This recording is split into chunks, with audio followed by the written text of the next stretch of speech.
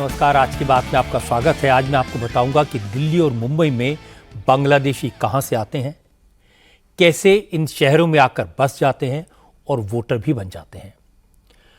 मुझे ये जानकर हैरानी हुई कि घुसपैठियों के फर्जी दस्तावेज 20-20 रुपए में बन जाते हैं। फर्जी बर्थ सर्टिफिकेट, एड्रेस प्रूफ और फर्जी इनकम सर्टिफिकेट भी सस्ते में बन जाते हैं। फिर नकली सर्टिफिकेट्स का वेरिफिकेशन भी बिना ज्यादा खर्च के हो जाता है और उसके आधार पर असली आधार कार्ड, असली पैन कार्ड और वोटर कार्ड सब कुछ बन जाने में कोई मुश्किल नहीं होती। यानी 20 रुपए में बांग्लादेशी घुसपैठिए भारत के नागरिक बन जाते हैं। वोटर लिस्ट में उनका नाम आ जाता है, वोट डालने का हक हासिल कर लेते हैं, सरकारी योजनाओं का फायदा उठाते हैं और आपके पेट पर लात मारते हैं। यह खुलासा तब हुआ जब दिल्ली पुलिस ने इस गैंग के 11 मेंबर्स को पकड़ा। इनमें से 5 बांग्लादेशी नागरिक हैं और सिर्फ दिल्ली नहीं, आज असम से लेकर केरल तक, बंगाल से लेकर महाराष्ट्र तक बांग्लादेशी घुसपैठियों के खिलाफ जबरदस्त एक्शन हुआ। चौंकाने वाले खुलासे हुए। जिस बात ने सबसे ज्यादा परेशान किया वो यह है कि बांग्लादेश के जिस शख्स को असम पुलिस ने केरल से गिरफ्तार किया उसके तार अल-कायदा से जुड़े हैं। वो अंसार उल्लाह बांग्ला टीम का एक्टिव मेंबर था। इस संगठन पर भारत, ब्रिटेन, अमेरिका और बांग्लादेश में प्रतिबंध है, बैन लगाया हुआ है। लेकिन यह बांग्लादेशी घुसपैठिया भारत में अंसार उल्लाह के लिए स्लीपर सेल नेटवर्क का तैयारी कर रहा था। इसी तरह महाराष्ट्र में आज जो बांग्लादेशी पकड़े गए वो वोटर बन चुके थे। आश्चर्य की बात यह है कि लोकसभा, विधानसभा के इलेक्शन में इन्होंने वोट भी डाले, लेकिन किसी को कानो कान खबर नहीं हुई। आज चीफ मिनिस्टर देवेंद्र फडणवीस ने कहा महाराष्ट्र में बांग्लादेशी घुसपैठियों की पहचान के लिए मुहिम चलाई जाएगी, डिटेंशन सेंटर बनाए जाएंगे और बांग्लादेशियों को जल्दी से जल्दी डिपोर्ट कर दिया जाएगा। लेकिन सवाल है, क्या बांग्लादेशियों को पकड़ना इतना आसान है? अगर पकड़ भी लिया तो उनको डिपोर्ट करना कितना मुश्किल होगा, यह समझने की कोशिश करेंगे आज की बात में। बांग्लादेशी भारत में किस रास्ते से घुसते हैं, दिल्ली तक कैसे पहुंच जाते हैं, कैसे भारत के नागरिक बन जाते हैं, कैसे वोटर लिस्ट में उनका नाम आ जाता है, उनकी मदद कौन कौन करता है, आज इन सब बातों का खुलासा होगा आज की बात में। सबसे पहले दिल्ली के केस की बात करते हैं। इसमें आपको बहुत सारे सवालों के जवाब मिलेंगे। दिल्ली में बांग्लादेशी घुसपैठियों के पकड़े जाने की कहानी बिल्कुल फिल्मी है। हुआ यह कि 20 अक्टूबर को संगम विहार इलाके में सेंटू शेख नाम के शख्स की हत्या हो गई थी। पुलिस इस मर्डर केस की जांच कर रही थी। पुलिस ने सेंटू शेख के घर की छानबीन की तो 21 आधार कार्ड, 6 पैन कार्ड और 4 वोटर आईडी मिले। सारे दस्तावेज असली थे। जिन लोगों के वोटर कार्ड थे, पुलिस ने उन लोगों से सख्ती से पूछताछ की तो पता लगा वो चारों बांग्लादेशी हैं। लेकिन उनके आधार कार्ड, पैन कार्ड और वोटर आईडी बन चुके हैं। सेंटू उन्हें बांग्लादेश से भारत लाया था और पैसों के लेन देन के झगड़े में सेंटू शेख की हत्या हो गई। इसके बाद मर्डर केस की जांच ने दिशा बदली। केस बांग्लादेशी घुसपैठियों से जुड़ गया। पता चला जिस सेंटू शेख का मर्डर हुआ था वो भारत में बांग्लादेशी नागरिकों की घुसपैठ कराता था, उन्हें दिल्ली तक पहुंचाने का इंतजाम करता था।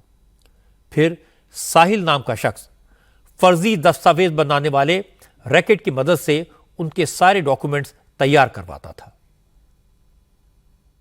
जो 5 बांग्लादेशी पकड़े हैं, इसमें 2 पुरुष हैं, 3 महिलाएं हैं और साथ में 6 लोग पकड़े गए हैं। वो लोग जो फर्जी डॉक्यूमेंट्स बनाने में मदद करते हैं उन लोगों को पकड़ा गया है। ये लोग इंडिया आते हैं, जंगल के रास्ते आते हैं, फिर दिल्ली पहुंच जाते हैं। दिल्ली पहुंच के एक सेंटो शेख, हमारे यहाँ किस्सा साउथ दिल्ली में स्टार्ट हुआ एक मर्डर केस से, जहाँ पे एक सेंटो शेख का नाम का आदमी है, इसका मर्डर हुआ था। ये 4 सस्पेक्ट्स उसे घर में रहते थे। सेंटो शेख ने इन 4 सस्पेक्ट्स को, साहिल नाम का एक आदमी था जो फर्जी आधार कार्ड बनवाता है, उसके थ्रू मिल पाया था। इन चारों के आधार कार्ड बन गए। उसके बाद एक लेडी पकड़ी गई सेंटो शेख घर से। 4 वोटर कार्ड भी मिले हमको फर्जी, जिसमें से एक लेडी जो वोटर कार्ड जिसका असली था वो पकड़ी गई, बांग्लादेशी नागरिक निकली। इन बांग्लादेशियों के पास से हमें आधार कार्ड मिले हैं, पैन कार्ड मिले हैं और एक लेडी का आधार कार्ड, पैन कार्ड और वोटर कार्ड भी मिला है और इनके बांग्लादेश के नेशनल आईडीज जो हैं वो ही मिले हैं, वहाँ के डेट ऑफ बर्थ सर्टिफिकेट्स मिल गए हैं। ये इसमें से एक लेडी ये कई बार जैसे दिल्ली के बाहर जाके कोई बरेली में प्रोस्टिट्यूशन कर रहे हैं, कोई ग्वालियर प्रोस्टिट्यूशन कर रहे हैं, और कुछ लोग यहाँ पे आके अपना दिल्ली में छोटी छोटी दुकानों में मिस्त्री का काम करते हैं, इस टाइप के काम करते हैं। ये 6 लोग हैं। एक JantaPrints.in करके वेबसाइट खोल रखी थी, एक रजत मिश्रा नाम का आदमी है और सोनू कुमार है। इन दोनों ने एक वेबसाइट खोल रखी थी, उससे फर्जी डॉक्यूमेंट्स बन जाते हैं, डेट ऑफ बर्थ सर्टिफिकेट बन जाता था, उसको यूज करते हुए ये लोग आधार कार्ड बनाते थे। तो इसमें हमने 6 लोग जो अरेस्ट किए हैं, 3 वेबसाइट वाले हैं और 3 लोग जो आधार कार्ड बनवाते थे, उन लोगों को अरेस्ट किया हमने। साउथ दिल्ली के डीसीपी अंकित चौहान का कहना है कि बांग्लादेशी नागरिकों की घुसपैठ कराने वाले इस रैकेट का काम करने का तरीका बिल्कुल सिंपल, स्ट्रेट फॉरवर्ड था। सबका रोल तय था।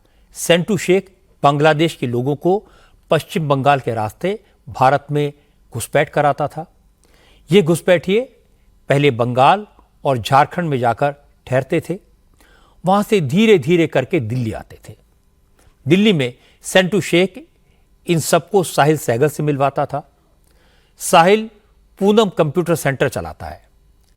यहां 7 रुपए में बर्थ सर्टिफिकेट और 20 रुपए में इनकम सर्टिफिकेट बन जाता है। इसी सेंटर पर बांग्लादेशी घुसपैठियों के फेक बर्थ सर्टिफिकेट, पढ़ाई लिखाई के सर्टिफिकेट और इनकम सर्टिफिकेट तैयार किए जाते थे।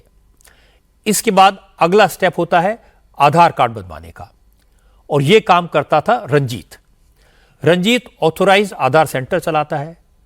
रंजीत बैंक में काम करने वाले अफरोज के साथ मिलकर नकली डॉक्यूमेंट्स की मदद से असली आधार नंबर इशू करा देता था।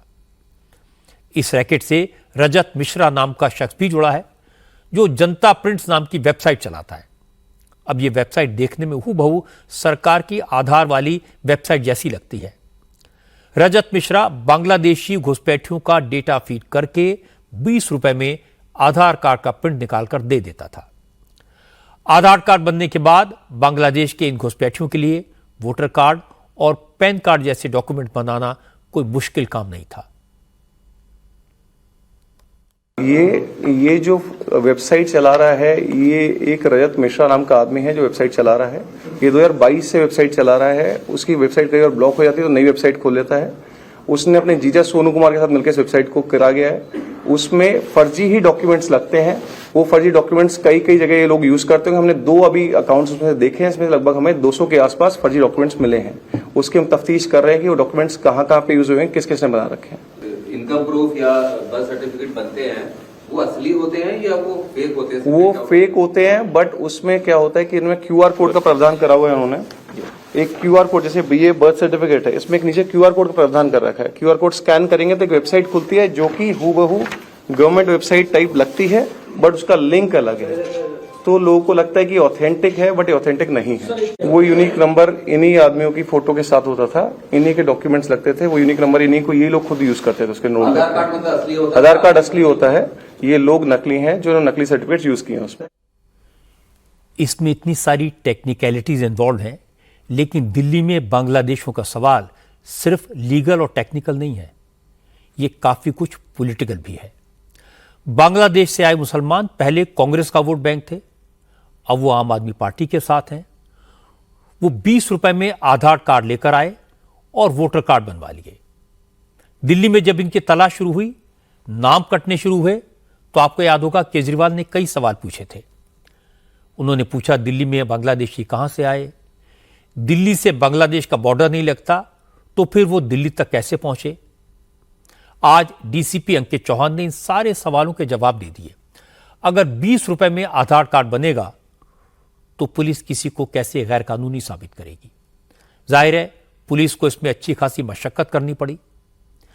केजरीवाल ये भी पूछते हैं कि जो बांग्लादेशी आए उन्हें होम मिनिस्ट्री रोक क्यों नहीं पाती? आज इस सवाल का जवाब भी मिल गया। दिल्ली आने वाले बांग्लादेशी पहले बंगाल, असम और झारखंड में एंट्री लेते हैं, फिर मौका पाकर धीरे धीरे दिल्ली और मुंबई जैसे शहरों में घुसते हैं। बांग्लादेशी घुसपैठिए असम और बंगाल में कैसे घुसते हैं, इसका सबूत भी आज ही मिल गया।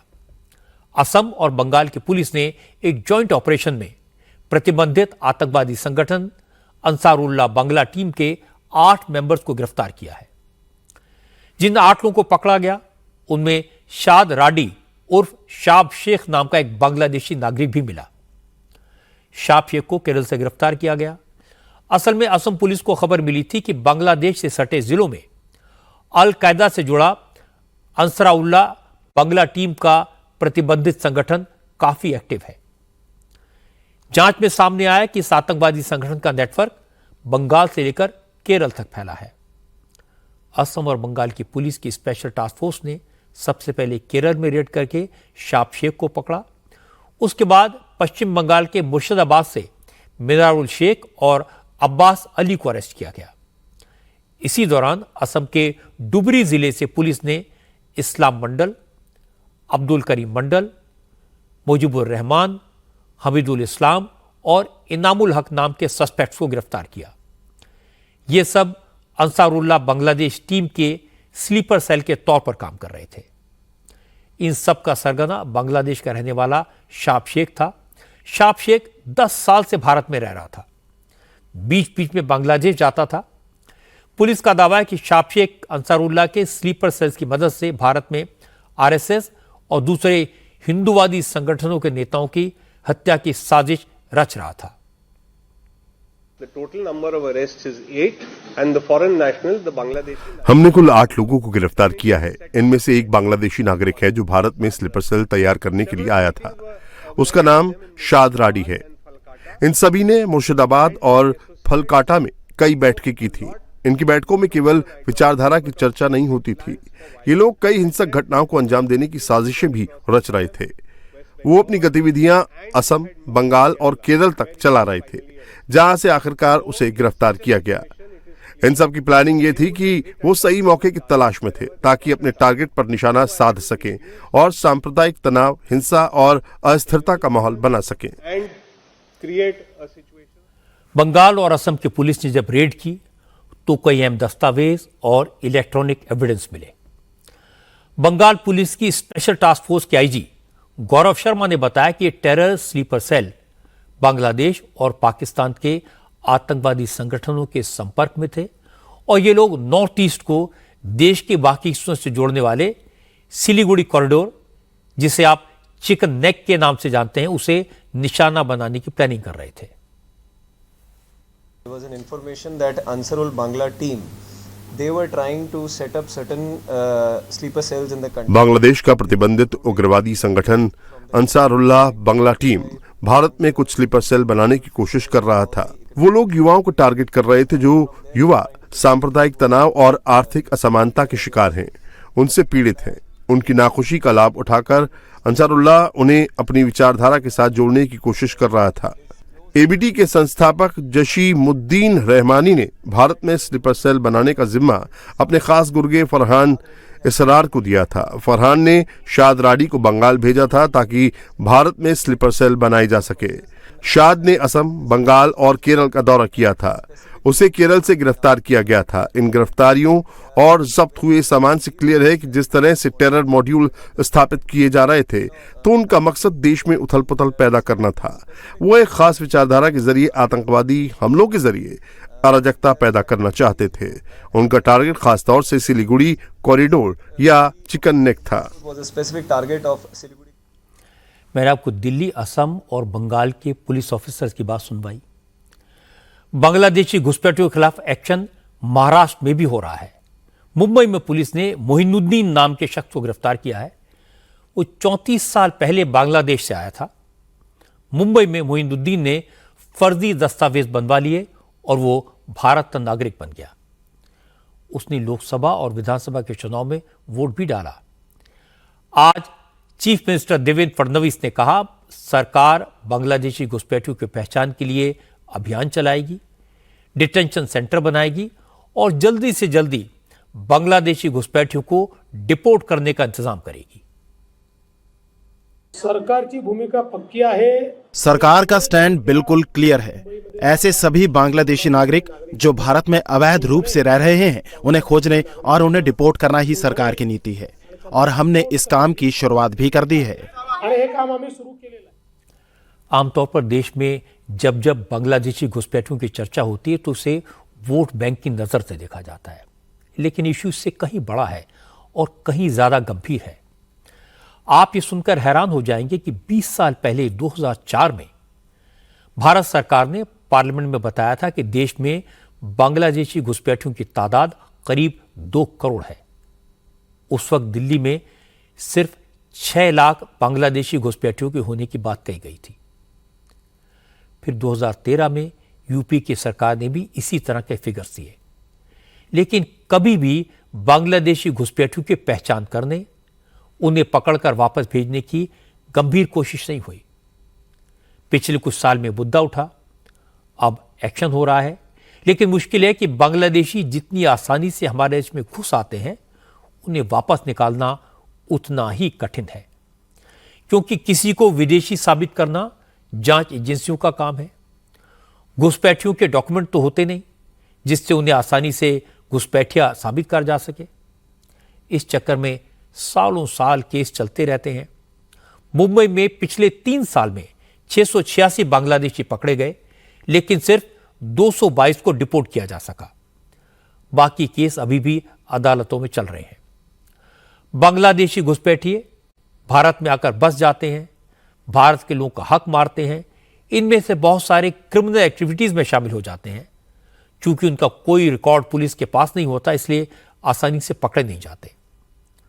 कुल मिलाकर समाज के लिए और पुलिस के लिए दोनों बहुत बड़ा चैलेंज बन जाते हैं।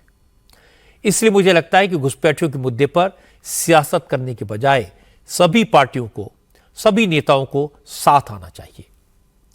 घुसपैठियों को बाहर निकालने में सरकार और जांच एजेंसियों की मदद करनी चाहिए। अब ये तो आपने देख लिया कि बांग्लादेश से आने वाले घुसपैठिए भारत में कितने आराम से रहते हैं और उन्हें निकालना कितना मुश्किल काम है। अब मैं आपको बांग्लादेश की तस्वीरें दिखा देता हूं, जहां हिंदुओं के लिए रहना और जीना मुश्किल हो गया है। बांग्लादेश में हिंदुओं पर जुल्म लगातार बढ़ते जा रहे हैं। इस्लामिक कट्टरपंथी बांग्लादेश में हिंदुओं के पूजा पाठ पर रोक लगा रहे हैं। ताजा मामला बांग्लादेश के रंगपुर जिले का है। यहां कट्टरपंथियों ने हिंदू बहुल इलाके पर हमला बोला, मंदिर में कीर्तन कर रहे हिंदुओं की पिटाई की।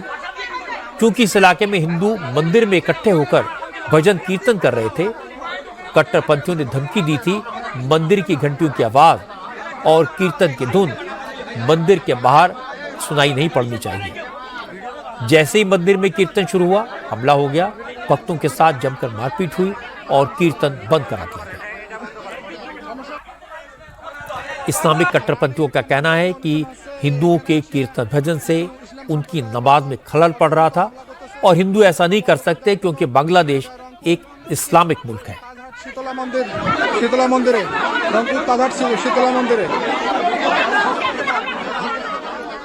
बांग्लादेश में शेख हसीना सरकार के तख्ता पलट के बाद कट्टरपंथी पूरी तरह बेलगाम हो गए हैं।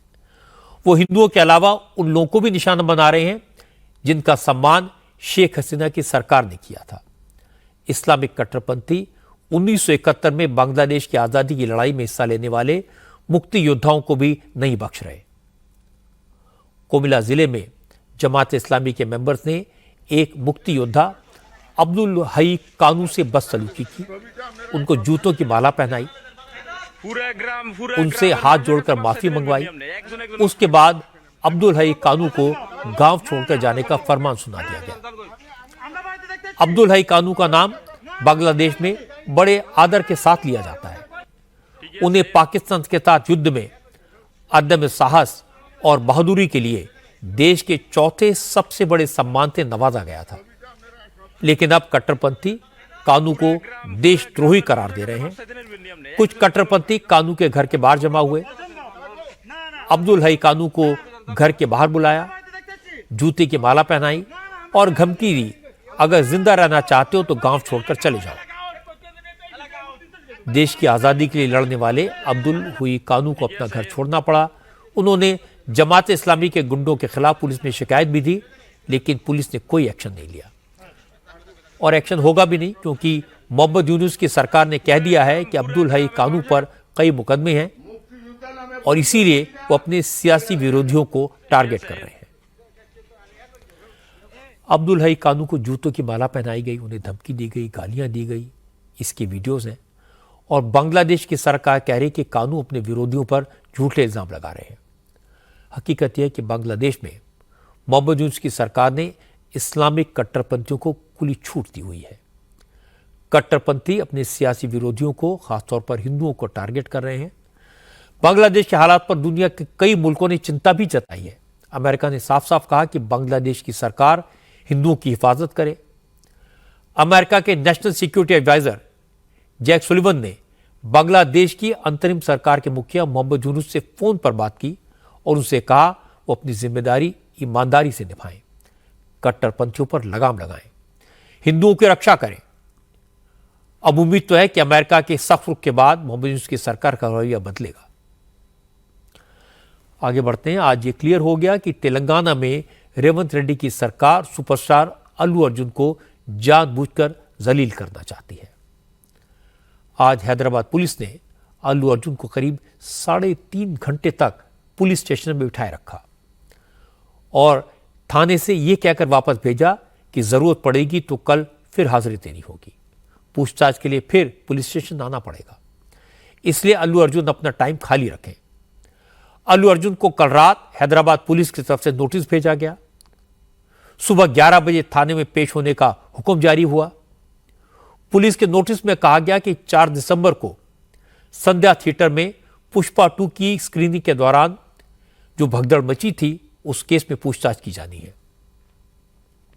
चूंकि हाईकोर्ट ने अल्लू अर्जुन को जमानत देते वक्त पुलिस जांच में सहयोग करने को कहा था, इसलिए अल्लू अर्जुन को आज सुबह तय वक्त पर अपने पिता और वकील के साथ पुलिस स्टेशन जाना पड़ा। अल्लू अर्जुन को इस केस में पुलिस ने आरोपी नंबर 11 बनाया है। हमारी संवाददाता सुरेखा ने बताया कि करीब 3.5 घंटे की पूछताछ में पुलिस का फोकस महिला की मौत और उसके बाद भी थिएटर के अंदर अल्लू अर्जुन की मौजूदगी पर था। पुलिस ने अल्लू अर्जुन से पूछा क्या उन्हें पता नहीं था कि थिएटर के बाहर भगदड़ में महिला की मौत हो गई। परसों हैदराबाद पुलिस ने घटना और उसके बाद का सीसीटीवी फुटेज जारी किया था।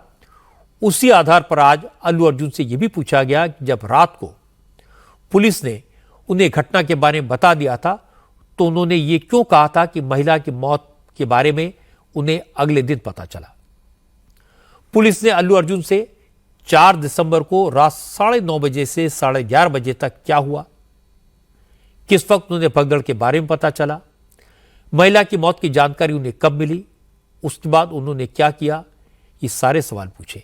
ये भी पूछा वो थिएटर से बाहर कितनी देर बाद निकले, क्या उन्होंने फिल्म की स्क्रीनिंग के वक्त थिएटर में मौजूद रहने की परमिशन प्रशासन से ले ली थी, क्या थिएटर के मैनेजमेंट ने उन्हें बताया था कि पुलिस ने हादसे की आशंका जताकर अल्लू अर्जुन को थिएटर में आने से रोका था। पता यह लगा कि अल्लू अर्जुन ने पुलिस के सारे सवालों के जवाब दिए।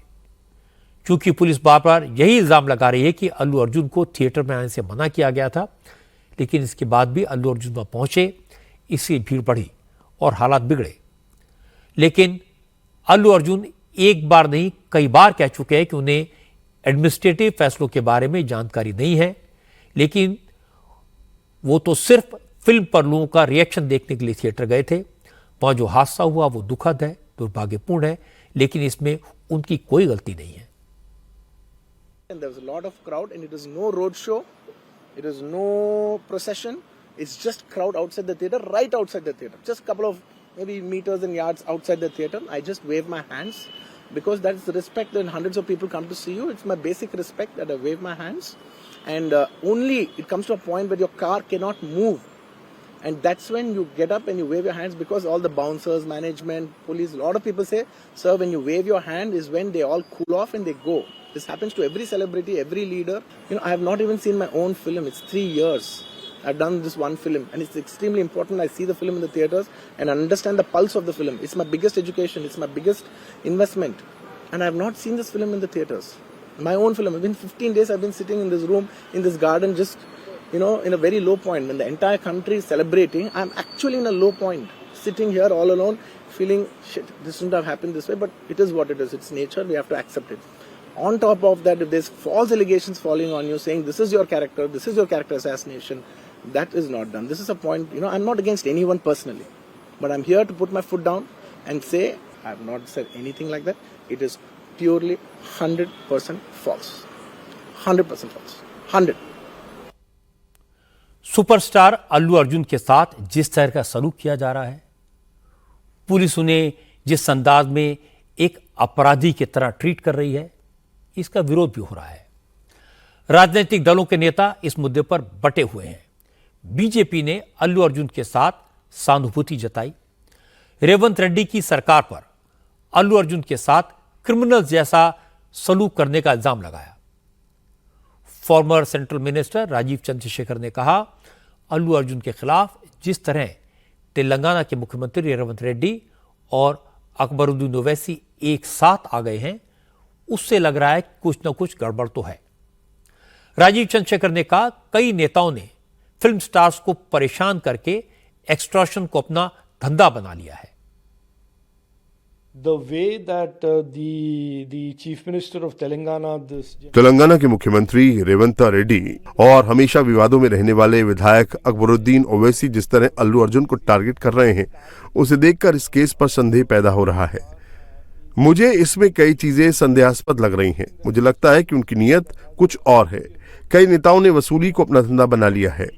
इस मामले में भी पर्दे के पीछे कुछ तो हो रहा है। अल्लू अर्जुन के मामले में रेवंत रेड्डी और अकबरुद्दीन ओवैसी का एक साथ आना कई सवालों को जन्म देता है। वो घटना जो हुआ है, होने के बाद जो हरासमेंट कर रहा है वो गलत है। वो फैमिली को गवर्नमेंट मदद देना चाहिए। वो फैमिली को अल्लू अर्जुन भी इकोनॉमिकली ऑल थ्रू सपोर्ट करना चाहिए। मगर जो हरासमेंट कर रहा है वो गलत है, ये सही नहीं है। कभी रेवंत रेड्डी भी जाता बाहर, कभी स्टैम्पेड होता, रेवंत रेड्डी भी कानवे जाता, कभी एक्सीडेंट होता। इसके कारण मुख्यमंत्री तो नहीं होता ना। What is going on in Telangana? This is too bad. जिस महिला की मौत हुई है, उसके परिवार वाले भी कह रहे हैं कि अल्लू अर्जुन का इसमें कोई कसूर नहीं है, वो अपना केस वापस लेने को तैयार हैं। लेकिन तेलंगाना में कांग्रेस की सरकार है और कांग्रेस अल्लू अर्जुन के खिलाफ प्रोटेस्ट कर रही है। कांग्रेस के तमाम कार्यकर्ताओं ने आज भी सुपरस्टार अल्लू अर्जुन के खिलाफ नारे लगाए और इसके बाद कहा कि अल्लू अर्जुन की फिल्म के प्रमोशन के चक्कर में एक बेकसूर महिला की मौत हुई है और अगर चीफ मिनिस्टर उस महिला के परिवार को न्याय दिलाने की बात कर रहे हैं तो इसमें गलत क्या है? अगर अल्लू अर्जुन सुपरस्टार हैं तो क्या वो कानून से ऊपर हैं? आज आप बोल रहे हैं कि रेवंत रेड्डी जी 2 घंटे चर्चा करे। रेवंत रेड्डी जी क्या करे? मुख्यमंत्री के ओहदे पे उन्होंने जो इंसिडेंट घटना है उस पे पूरा तेलंगाना में जो मिस अंडरस्टैंडिंग हो रहा है उस पे क्लैरिटी से बोले क्या इंसिडेंट हुआ अल्लू अर्जुन को लेके। और साथ में रेवंत रेड्डी जी किसी को इन्फ्लुएंस नहीं कर रहे। जो लॉ एंड ऑर्डर का जो इश्यू है, लॉ एंड ऑर्डर अपने हिसाब से कर रहे हैं। आज भी आप देखेंगे तो अल्लू अर्जुन को बुला के पुलिस स्टेशन में उनके ऊपर इंक्वायरी हो रहा। आज जिस अंदाज में अल्लू अर्जुन जैसे सुपरस्टार से पूछताछ की गई, जिस तरह पुलिस ने थिएटर में भगदड़ का वीडियो रिलीज किया, उससे यह तो क्लियर है कि अल्लू अर्जुन को इस केस में अच्छी तरह से फंसाया जा रहा है। जानबूझकर उन्हें महिला की दुखद मौत के केस में उलझाया जा रहा है। अब सवाल यह कि वो कौन है जो अल्लू अर्जुन के पीछे पड़ा है? वो कौन है जो सुपरस्टार को सबक सिखाना चाहता है? ऐसी बातों का न तो कोई रिकॉर्ड होता है, न कोई सबूत होता है। सुनी सुनाई बात यह है कि जब तेलंगाना में केसीआर की सरकार थी तो चिरंजीवी, नागार्जुन और अल्लू अर्जुन ये सारे सुपरस्टार केसीआर के साथ थे। जब रेवंत रेड्डी की सरकार बनी तो केसीआर से दोस्ती की कीमत चुकानी पड़ी। नागार्जुन के करोड़ों के कन्वेंशन सेंटर पर बुलडोजर चले। कहते हैं उस समय अल्लू अर्जुन ने एक प्राइवेट डिनर में इस बुलडोजर के लिए रेवंत रेड्डी को जिम्मेदार ठहराया, अपने सुपरस्टार होने की ताकत का गुरूर दिखाया। यह बात मुख्यमंत्री रेवंत रेड्डी को चुभ गई। इसीलिए जैसे ही थिएटर में भगदड़ मची, एक महिला की दुर्भाग्यपूर्ण मौत हुई, मौका मिला तो रेवंत रेड्डी ने अल्लू का लल्लू बना दिया। चीफ मिनिस्टर ने दिखा दिया कि असली हीरो कौन है, असली ताकत किसके पास है। और ये रेवंत रेड्डी को पॉलिटिकली सूट करता है क्योंकि वो लोगों को ये दिखा सकते हैं कि केसीआर सुपरस्टार्स के साथ थे लेकिन वो कॉमन मैन के साथ हैं। जानकारों का कहना है कि अब रेवंत रेड्डी का गुस्सा थोड़ा कम हुआ है। कुछ लोगों ने मीडिएट भी किया है, इसलिए हो सकता है कि जल्दी कोई रास्ता निकल आए और अल्लू अर्जुन को इस मामले में राहत मिले। तेलंगाना में रेवंत रेड्डी और कांग्रेस के दूसरे नेता अल्लू अर्जुन से स्कोर सेटल करने में लगे हैं, लेकिन देश के दूसरे राज्यों में कांग्रेस के नेता डॉक्टर अंबेडकर के अपमान के मुद्दे पर अमित शाह को घेरने में लगे हैं। कांग्रेस के कार्यकर्ताओं ने आज देश भर में होम मिनिस्टर के खिलाफ प्रोटेस्ट किया। दिल्ली, चंडीगढ़, भोपाल, जयपुर, लखनऊ, मुंबई से लेकर कोलकाता तक कांग्रेस के बड़े बड़े नेता बाबा साहब अंबेडकर के पोस्टर बैनर लेकर सड़कों पर उतरे और सबने एक ही बात कही, बीजेपी संविधान बदलना चाहती है। बीजेपी के नेता बाबा साहब से नफरत करते हैं। अमित शाह का बयान इसका सबूत है। चंडीगढ़ में भूपेंद्र हुड्डा ने कहा कि कांग्रेस बाबा साहब और संविधान का अपमान बर्दाश्त नहीं करेगी। सारे देश में कांग्रेस द्वारा ये रोष प्रदर्शन किया गया है और ज्ञापन दिया गया है राष्ट्रपति के पास पहुंचाने के लिए, क्योंकि ये संविधान जो है, संविधान का अपमान कोई बर्दाश्त नहीं करेगा। ना संविधान के निर्माता जिनका मुख्य निर्माण में हाथ रहा है डॉक्टर भीमराव अम्बेडकर जी का कोई वो हम बर्दाश्त नहीं करेंगे, उनका कोई भी अपमान करेगा। तो इस वास्ते राष्ट्रपति को हमने ज्ञापन दिया है और उसमें अपनी मांग है। बीजेपी की तरफ से कांग्रेस को करारा जवाब मिला। योगी आदित्यनाथ से लेकर देवेंद्र फडणवीस, हिमंता बिस्वा शर्मा, मोहन यादव, पुष्कर सिंह धामी, भजनलाल शर्मा जैसे कई मुख्यमंत्रियों के बयान आए। सब ने बताया कांग्रेस ने कैसे बार बार संविधान का अपमान किया, कांग्रेस ने कैसे बाबा साहब के खिलाफ साजिश रची। योगी आदित्यनाथ ने कहा कि अमित शाह की आधी अधूरी स्पीच से देश को गुमराह करने की कोशिश की गई, लेकिन देश कांग्रेस के इतिहास को अच्छी तरह जानता है। यूपीए की सरकार थी और उस समय उन्होंने पाठ्य पुस्तकों के उस कार्टून को, जिसमें बाबा साहब भीमराव अंबेडकर के चित्र को पंडित नेहरू के द्वारा कोड़े मारने के एक कार्टून के माध्यम से दिखाया था, एक कांग्रेस की कुत्सित मानसिकता को दिखाता है। बाद में जब विरोध हुआ तो तत्कालीन मानव संसाधन विकास मंत्री कपिल सिब्बल को माफी मांगनी पड़ी थी और ये पुस्तकों को वापस करना पड़ा था। आदरणीय गृह मंत्री जी के बयान को आधा अधूरा मीडिया के सामने प्रस्तुत करके उसके नाम पर किस प्रकार से अपनी राजनीतिक रोटियां इनके द्वारा सेकी जा रही है, किस तरीके से समाज को गुमराह करने का कार्य किया जा रहा है। अपने किए हुए पर पर्दा डालने के लिए इनके द्वारा लगातार इस शरारत की जा रही है। अखिलेश यादव और अरविंद केजरीवाल जैसे नेता बार बार ये कहते हैं कि अमित शाह और योगी आदित्यनाथ के बीच 36 का आंकड़ा है। आज योगी ने इन सबको करारा जवाब दिया। योगी ने दिखा दिया, जब मौका आया तो उन्होंने खुलकर अमित शाह को डिफेंड किया और बाबा साहब अंबेडकर के मामले में कांग्रेस का पूरा कच्चा चिट्ठा खोलकर सामने रख दिया। योगी के साथ योगी की पुलिस भी एक्शन में है। यूपी पुलिस ने लखनऊ में बैंक के 42 लॉकर तोड़कर करोड़ों रुपए की लूट करने वाले गिरोह का 48 घंटे के भीतर करीब करीब सफाया कर दिया। 3 बदमाश तो कल ही पकड़े जा चुके थे, 2 का आज एनकाउंटर हो गया। पहला एनकाउंटर लखनऊ में हुआ और दूसरा गाजीपुर में। दोनों एनकाउंटर्स में एक लुटेरा मारा गया। हैरानी की बात है कि लखनऊ में इंडियन ओवरसीज बैंक के लॉकर तोड़कर करोड़ों की लूट को अंजाम देने वाला गिरोह बिहार का है। 7 लुटेरों के गैंग ने बिहार से लखनऊ आकर करोड़ों की लूट को अंजाम दिया और फरार हो गए, लेकिन पुलिस ने 48 घंटे के भीतर लूट का ज्यादातर माल बरामद कर लिया। 3 लुटेरे जेल में हैं, 2 मारे गए और 2 की तलाश जारी है। पुलिस का दावा है 3 अपराधियों की गिरफ्तारी के बाद चिन्हट इलाके में एक सस्पेक्टेड गाड़ी की मूवमेंट देखी गई है। पुलिस ने उस गाड़ी को रोका तो बदमाशों ने पुलिस पर फायरिंग कर दी और जवाबी कार्रवाई में सोबिन कुमार नाम का आरोपी मारा गया। उसका दूसरा साथी भागने में कामयाब रहा। सोबिन कुमार 25,000 का इनामी बदमाश है। उसकी गाड़ी से पुलिस ने एक पिस्टल, कुछ कारतूस और बड़ी मात्रा में लूटी गई ज्वेलरी और करीब 9 लाख रुपए कैश बरामद किया।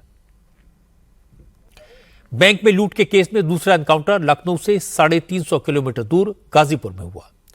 गाजीपुर में बाइक सवार बदमाशों के साथ पुलिस की मुठभेड़ हुई। इस एनकाउंटर में सनी दयाल नाम का अपराधी मारा गया, जबकि उसका एक साथी भागने में कामयाब रहा।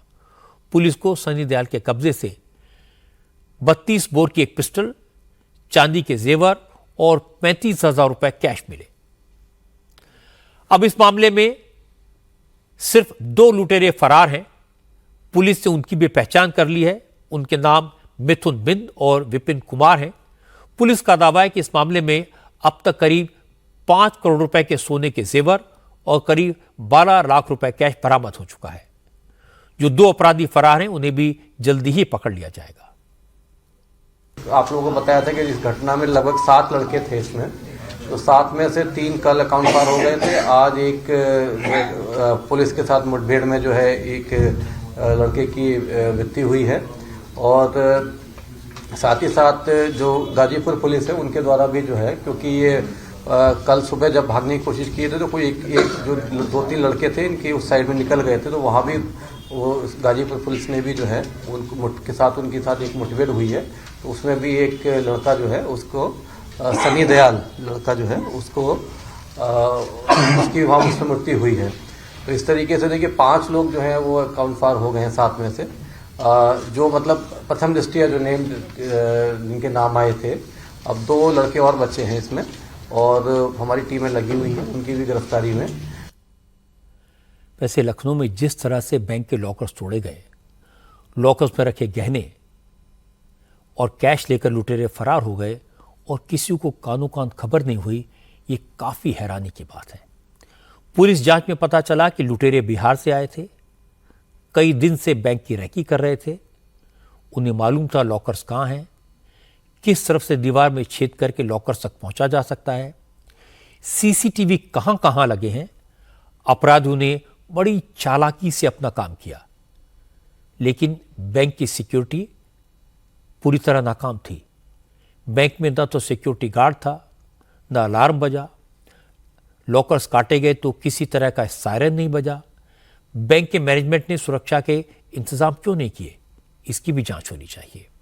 हालांकि पुलिस ने अपना काम बखूबी किया है। हो सकता है कुछ लोग एनकाउंटर पर सवाल उठाएं, लेकिन योगी ने पुलिस को खुली छूट दी है। साफ साफ कहा, बेकसूरों को छोड़ा न जाए और अपराधियों को छोड़ा न जाए। इसका असर ये हो रहा है कि पंजाब के थानों पर ग्रेनेड अटैक करके भागे अपराधी गलती से यूपी में घुस गए और कल उनका भी एनकाउंटर हो गया। दूसरी तरफ पंजाब की पुलिस क्या कर रही है, यह देखेंगे तो आप चौंक जाएंगे। पंजाब पुलिस ने थानों और पुलिस चौकियों को अपराधियों के हमलों से बचाने के लिए एक नायाब तरीका निकाला है। पंजाब में सभी पुलिस स्टेशन के चारों तरफ ऊंचा ऊंचा नेट लगाया जा रहा है। थाने के ऊपर भी नेट लगा दिया गया है, जिससे कोई अपराधी दूर से पुलिस स्टेशन पर ग्रेनेड न फेंक सके। असल में पिछले 1 महीने में अमृतसर से लेकर गुरदासपुर तक 8 पुलिस स्टेशन और चौकियों पर हैंड ग्रेनेड से हमले किए गए। हालांकि ग्रेनेड अटैक करने वाले 3 आतंकवादी कल यूपी के पीलीभीत में पुलिस के साथ एनकाउंटर में मारे गए, लेकिन पंजाब पुलिस अब कोई रिस्क नहीं लेना चाहती, इसलिए पुलिस थानों की सुरक्षा बढ़ाई गई है। अंधेरा होने के बाद थानों का मेन गेट बंद करने के आदेश दिए गए हैं और इसके साथ साथ अमृतसर से लेकर मोहाली के डेरा बस्ती तक थानों और चौकियों के चारों तरफ नेट लगाए जा रहे हैं। छत के ऊपर भी जाल लगाए गए हैं ताकि अगर कोई बम या ग्रेनेड फेंका जाए तो वो सीधे जमीन पर आकर ना गिरे। जिन थानों की दीवारें छोटी हैं उन दीवारों को और ऊंचा करने का आदेश किया गया है और जब तक पक्की दीवार बन नहीं जाती तब तक थाने के चारों तरफ जाल लगाने के निर्देश दिए गए हैं। अब सोचने वाली बात यह कि पंजाब की पुलिस आतंकवादियों को मुकाबला करने के बजाय पुलिस थानों पर नेट लगवा रही है, थानों के दरवाजों पर ताले लगा रही है। इससे तो अपराधियों के हौसले और बुलंद होंगे। एक जमाना था कि पंजाब पुलिस की मिसाल पूरे देश में दी जाती थी। जिस तरह पंजाब पुलिस ने अपनी जान पर खेलकर शहादत देकर आतंकवादियों का खात्मा किया, उसकी तारीफ आज भी होती है। अब अगर आतंकवादी फिर से सिर उठाने की कोशिश कर रहे हैं तो पंजाब की बहादुर पुलिस को उनका मुकाबला करना चाहिए। बंद दरवाजों और नेट के पीछे छुपने के बजाय चतुराई से सामने आकर अपराधियों का सफाया करना चाहिए। अब तो उनके पड़ोस में यूपी पुलिस का एग्जाम्पल है, जहां अपराधी पुलिस के नाम से कांपते हैं, तख्ती लगाकर घूमते हैं। यह सबूत है इस बात का कि अपराधियों को खत्म करने के लिए सेल्फ डिफेंस नहीं, ऑफेंस की जरूरत होती है। इसी तरह की एक और बड़ी खबर आपको बता दूं, केरल के गवर्नर आरिफ मोहम्मद खान को बिहार का गवर्नर बनाया गया है। बिहार के गवर्नर राजेंद्र आर्लेकर को केरल का नया राज्यपाल बनाया गया है। पूर्व गृह सचिव अजय भल्ला को मणिपुर का नया गवर्नर बनाया गया है। पूर्व army chief general VK Singh को मिजोरम का नया राज्यपाल अपॉइंट किया गया है। साथ ही डॉक्टर हरिबाबू को ओडिशा का नया गवर्नर बनाया गया है। इससे पहले डॉक्टर हरिबाबू मिजोरम के गवर्नर थे। ओडिशा के गवर्नर रघुबर दास का इस्तीफा राष्ट्रपति मुर्मू ने स्वीकार कर लिया है। आज मध्य प्रदेश की राजधानी भोपाल से भी परेशान करने वाली खबर आई। भोपाल के जहांगीराबाद इलाके में आज जबरदस्त हंगामा हुआ। दो पक्ष के लोगों के बीच जमकर पत्थरबाजी हुई, लाठी डंडे, चाकू छुरी और तलवारें चली। 6 लोग घायल हो गए हैं। जहांगीराबाद में मुस्लिम और सिखों की मिलीजुली आबादी रहती है। फैज नाम के लड़के उस इलाके में थे जिनकी सिख लड़कों के साथ 2 दिन पहले कासुनी हुई थी। उस वक्त मामला निपट गया था, लेकिन आज फिर झगड़ा हुआ और मामला खून खराबे तक पहुंच गया।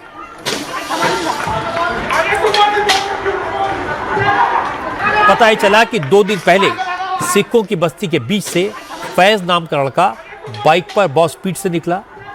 रास्ते में कुछ बच्चे बाल बाल बच गए। आसपास मौजूद महिलाओं ने फैज को रोका, समझाने की कोशिश की। इसी दौरान फैज ने चाकू से रघुबीर नाम की एक सिख युवक पर हमला कर दिया। एक महिला पर भी चाकू से अटैक किया, जिससे वो बुरी तरह घायल हो गई। हालांकि सिखों की शिकायत पर पुलिस ने 5 लोगों के खिलाफ एफआईआर दर्ज की, 3 लोगों को गिरफ्तार कर लिया। लेकिन आज सिख कम्युनिटी के लोगों ने बाकी 2 आरोपियों की गिरफ्तारी को लेकर हंगामा शुरू किया, तो मुस्लिम पक्ष भी सड़क पर आ गया और इसके बाद हालात खराब हो गए।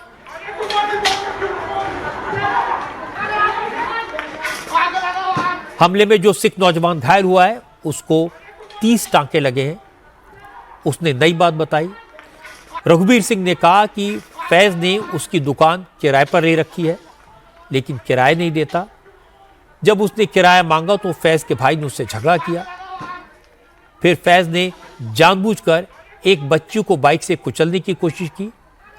जब इसका विरोध किया गया तो फैज ने उस पर चाकू से हमला किया। सर, हम गए थे किराया मांगने दुकान से किराया मांगने गए थे, हमारी दुकान का किराया। तो किराया मांग के घर आए। उसके बाद उसके छोटे भाई ने फेस के छोटे भाई से बहसबाजी हुई मुन्ना से। फिर उसने कहा हम किराया भाड़ा नहीं देंगे, तुम जब देखो जब यही करते हो, तुम्हारी दुकान नहीं है। चढ़ा दी उसने बच्चे के ऊपर गाड़ी, बच्चे के ऊपर गाड़ी चढ़ाई। फिर उसको समझाया तो उसने छुरी से वार किया, गाड़ी चढ़ाई उसके ऊपर। हमारी लेडीजों को भी मारा, मम्मी को मारा, हमारे दादाजी को, मेरे छोटे भाई को। रघुबीर की मां ने आरोप लगाया कि इलाके में रहने वाले मुसलमान रोज गुंडागर्दी करते हैं। अब पानी से गुजर गया तो सिखों ने भी मुसलमानों को जवाब दिया। हमारे बच्चे चादर का कम्बल चादर का धंधा करते, 6-6 महीने तक हमारे बाप बच्चे लोग आते नहीं हैं। और जब नहीं रहते इनके बच्चों ने, ये खाली पूरे मोहल्ले में, इतने बड़े मोहल्ले में, ये खाली मेरा एक अकेला लड़का था, 2 लड़के, दोनों लड़के ने, शहजादे के लड़के ने सपोर्ट करके उनने गुंडे बुला के रखे हुए हैं। माइकल रखा हुआ है, कौन से बच्चे फेस रखे हुए हैं, और उसकी 2-3 बहन बेटी, उनने सब पत्थर 3 दिन से इकट्ठे करे। उनने जाके पत्थरबाजी करी।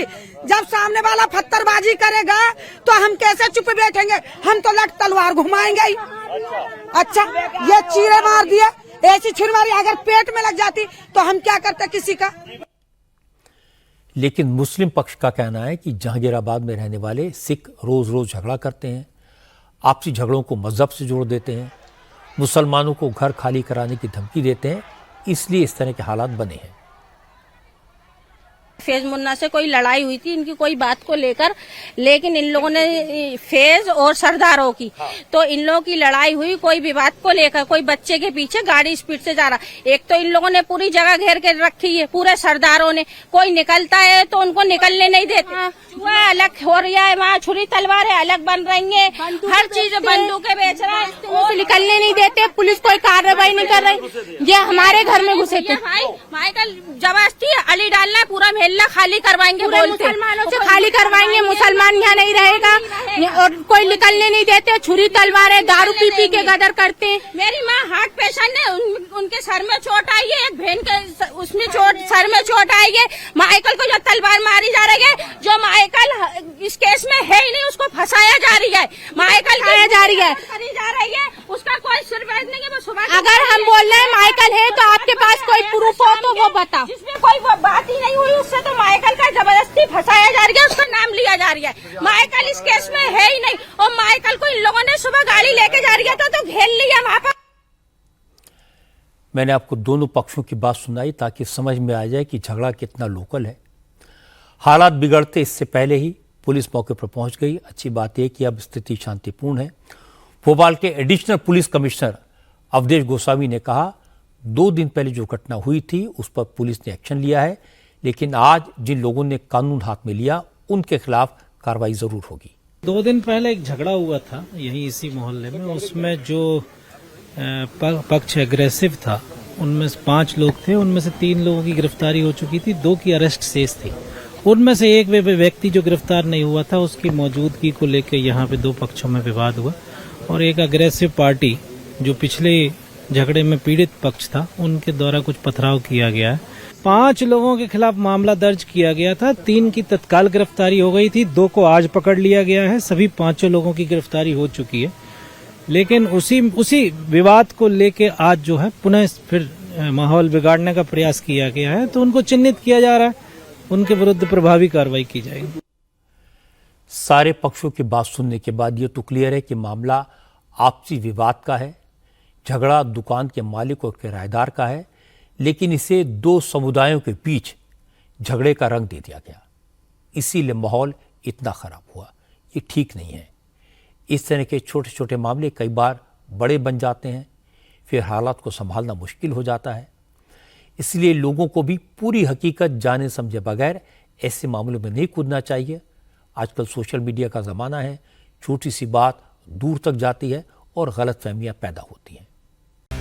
महाराष्ट्र असेंबली में इलेक्शन में करारी हार के बाद कांग्रेस ने अपनी हार के लिए चुनाव आयोग को और इलेक्शन प्रोसेस को जिम्मेदार ठहराया था, लेकिन कांग्रेस ने चुनाव आयोग पर जो जो सवाल उठाए थे, आज इलेक्शन कमीशन ने उनका डिटेल में जवाब दिया।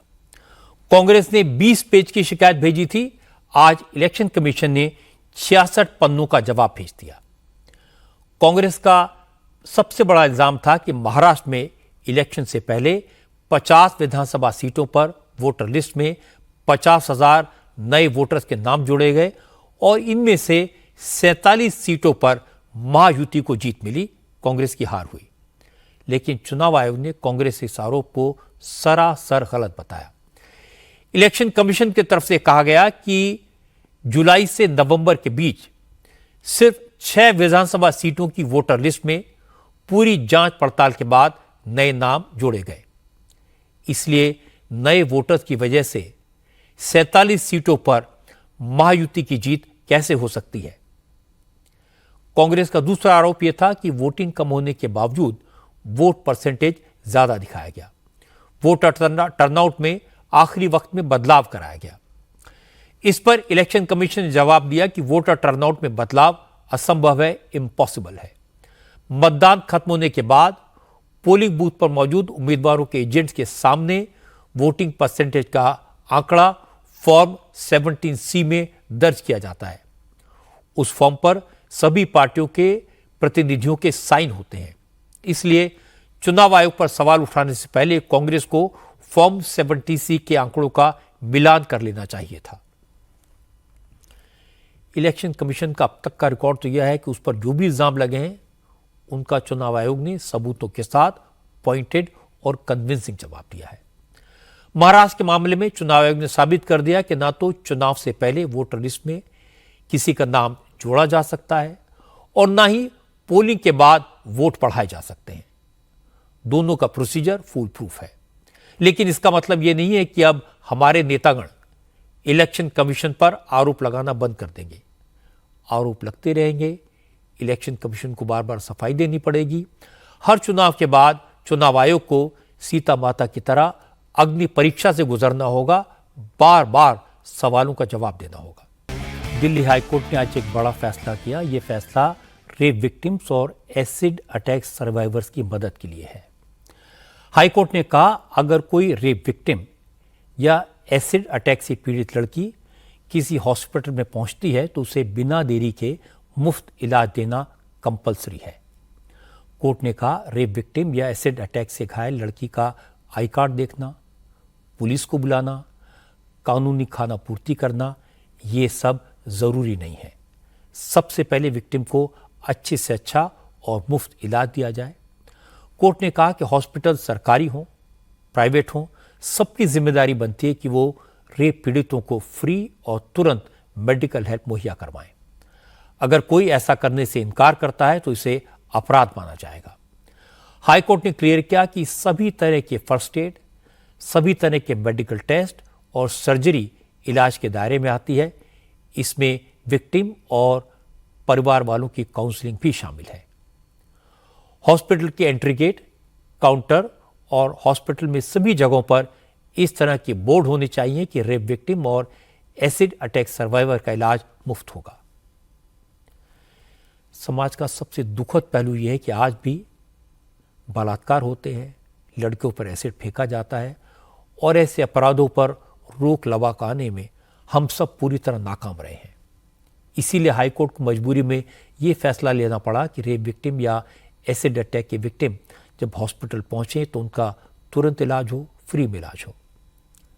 लेकिन पुलिस की, प्रशासन की, मीडिया की, सबकी जिम्मेदारी है कि समाज को इस बात के लिए तैयार करें जहां हमारी बहनें, हमारी बेटियां इस तरह की त्रासदी से मुक्ति पाएं।